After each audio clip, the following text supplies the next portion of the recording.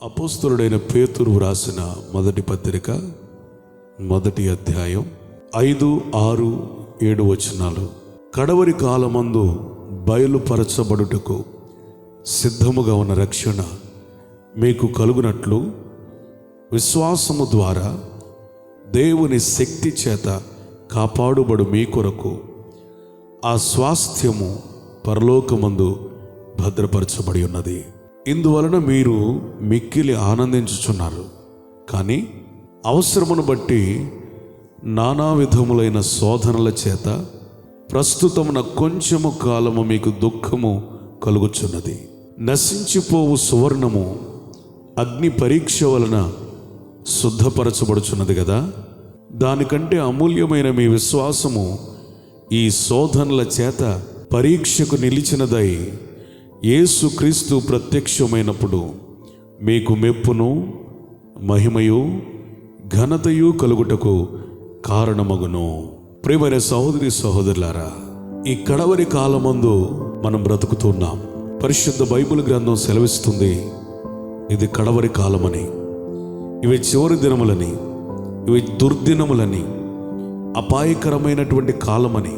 ఈ కాలంలో విశ్వాస జీవితంతో సాగిపోతున్న మన కొరకు దేవుడు రక్షణను సిద్ధపరిచాడట. దానిని మన కొరకు భద్రంగా కాపాడుతూ ఉన్నాడట. ఇది మనకు సంతోషమే. దేవుని చేతిలో ఏర్పాటు చేయబడిన ప్రతి ఒక్కరికి కూడా ఈ కడవరి రక్షణ అనేది వాగ్దానముగా, స్వాస్థ్యముగా ఇవ్వబడింది. అయితే అది నీ విశ్వాసము చేత, దేవుని శక్తి చేత భద్రపరచబడుతూ ఉంది. ఇది మనకు ఆనందమే.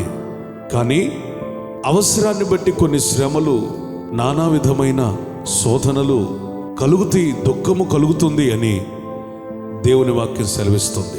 నశించిపోయే సువర్ణానికి ఏ విధంగా అగ్ని పరీక్ష అవసరమో, నిరంతరం నిత్యత్వంలో నిలవవలసిన క్రైస్తవుడికి కూడా శ్రమల పరీక్ష అవసరం. గనిలో నుండి తీయబడగానే బంగారానికి ఆ విలువ రాదు, ఆ అందం సౌందర్యం రాదు, ఆ మెరుపు ఆ ప్రకాశం రాదు. అది కంసాలి గృహమునకు తేబడి అగ్ని చేత కాల్చబడిన తర్వాతనే అందాన్ని, ఆ ప్రకాశాన్ని, ఆ విలువను సంపూర్ణంగా సంతరించుకుంటుంది. అట్లాగే క్రైస్తవుడు రక్షించబడి దేవుని ఇంటిలోనికి వచ్చిన తర్వాత ఆ దేవుని బట్టి, ఆయన వాక్యాన్ని బట్టి, ఆయనతో నడుస్తున్నటువంటి ఆ సమర్పణ జీవితాన్ని బట్టి శ్రమలు వస్తాయని ఖచ్చితంగా దేవుని వాక్యం సెలవిస్తూ ఉంది. చాలామంది లోకంలో యేసు ప్రభుని నమ్ముకుంటే నాకు శ్రమలు వస్తున్నాయి, బాప్తిస్మం తీసుకుంటే శ్రమలు వస్తున్నాయి, దేవుని కొరకు బ్రతుకుతుంటే శ్రమలు వస్తున్నాయి, ప్రార్థన ఇంక ఎక్కువ చేస్తుంటే ఇంకా ఎక్కువ శ్రమలు వస్తున్నాయి అని, దేవునితో ఉన్న సంబంధం వలనే వారికి శ్రమలు వస్తున్నాయి అని దేవుణ్ణి వదిలిపెట్టేవాళ్ళు, దేవుని గురించి అభ్యంతరపడేవారు, భక్తి జీవితంలో బలహీనపడేవాళ్ళు ఎందరో మనకి కనబడతారు. ఒకవేళ అందులో నీవు కూడా ఉన్నావేమో నాకు తెలియదు. అయితే దేవుని వాక్యం సెలవిస్తుంది, సద్భక్తి చేయని ఉద్దేశించిన వారికి తప్పక శ్రమలు కలుగుతాయి. నువ్వు నిజంగా ఆయన కొరకు భక్తి చేయాలి అని అనుకుంటే, ఆయన కొరకు బ్రతకాలి అని అనుకుంటే ఖచ్చితంగా శ్రమలు వస్తాయని ఆయన వాక్యం సెలవిస్తుంది. నీకు శ్రమలు కలుగుతున్నప్పుడు నువ్వు ఖచ్చితమైన భక్తిలో ఉన్నావని సంతోషించు. దేవుని కొరకు నిలవబడాలని రోషం తెచ్చుకో. అంతేగాని శ్రమల వలన నీవు వెనక్కు జారిపోవద్దు. పేతురు గారు తన పత్రికలు అంటున్నాడు, నశించిపోయే బంగారానికి అగ్ని పరీక్ష అవసరం, నిరంతరం నిలిచేటువంటి విశ్వాసకి శ్రమల పరీక్ష అవసరం.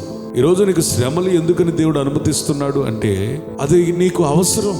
శ్రమ లేకపోతే క్రైస్తవుని యొక్క సాక్ష్యం బయటపడదు. అన్ని బాగున్నప్పుడు దేవుని స్తుతించగలుగుతాం, శ్రమ వచ్చినప్పుడే స్తుతించగలుగుతామో లేదో బయటపడుతుంది. పౌలు శీలలు స్వార్థను బట్టి చెరలో వేయబడినప్పుడు వారు ఆనందంగా ప్రార్థించారని, బిగ్గరగా కీర్తనలు పాడారని ఆయన వాక్యం సెలవిస్తూ ఉంది. శ్రమలు కలిగినప్పుడు కూడా వారు మౌనంగా ఉండలేకపోయారు. శ్రమలు కలిగినప్పుడు కూడా వారు ప్రార్థన ఆపలేకపోయారు. శ్రమలు కలిగినప్పుడు కూడా వారు ఆరాధన ఆపలేకపోయారు. నా ప్రియ సోదరి సోదరుడా, నీ శ్రమ ఎంత ఎక్కువైతే నువ్వు అంతగా ఎక్కువగా ప్రార్థన చేయాలి. నీ శ్రమ ఎంత అధికమైతే నీ ఆరాధన స్థాయి కూడా అదే స్థాయిలో పెరగాలి. నీ శ్రమ ఎంత ఎక్కువైతే నువ్వు దేవునికి అంత దగ్గరగా మార్చబడాలి. శ్రమలు నీ పతనాన్ని కొరకు కాదు, కానీ శ్రమలు దేవునితో మరింత ఎక్కువగా సహవాసం చేయటానికి. ఆది అపోస్తలులు వారికి శ్రమలు కలిగినప్పుడు ఆ శ్రమలను బట్టి వారు సంతోషించారట. అయ్యా, ఈ శ్రమలు పడుటకు మమ్మల్ని యోగ్యులుగా ఎంచినందుకు నీకు వందనాలని సంతోషంగా వారిని శ్రమ పెట్టిన వారి ఎదుట నుండి వెళ్ళిపోయిన దాఖలాలు లేఖనాల్లో మనకి అనేక సార్లు తారసపడతా ఉన్నాయి. మాసిదోనియా సంఘం అయితే శ్రమల వలన పరీక్షింపబడి, బహుశ్రమల వలన, సాధారణమైన శ్రమల వలన కూడా కాదు, బహుశ్రమల వలన వారు పరీక్షింపబడి వారు ఆనందించారట, సంతోషించారట. పరీక్షకు సిద్ధపడుతున్నటువంటి విద్యార్థి టీవీ చూస్తూనో, యూట్యూబ్లో సమయాన్ని గడుపుతూనో, ఫోన్లో ఆటలాడుతూనో, సినిమాలతో, షికారులతో, స్నేహితులతో కాలయాపన చేస్తూనో సంతోషించవచ్చు. అది నిజమైన సంతోషమా? కాదు.